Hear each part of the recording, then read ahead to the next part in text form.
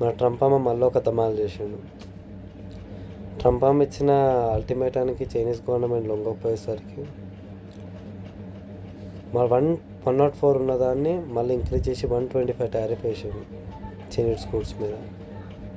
దానికి మళ్ళీ Chinese government react అయ్యి మీరు ఎంత ఇవ్వండి కానీ మేము మాత్రం బ్యాక్ స్టెప్ తీసుకోం, ఎప్పటిదాకా కొనసాగితే అప్పటిదాకా, నెక్ టు నెక్ అనమాట.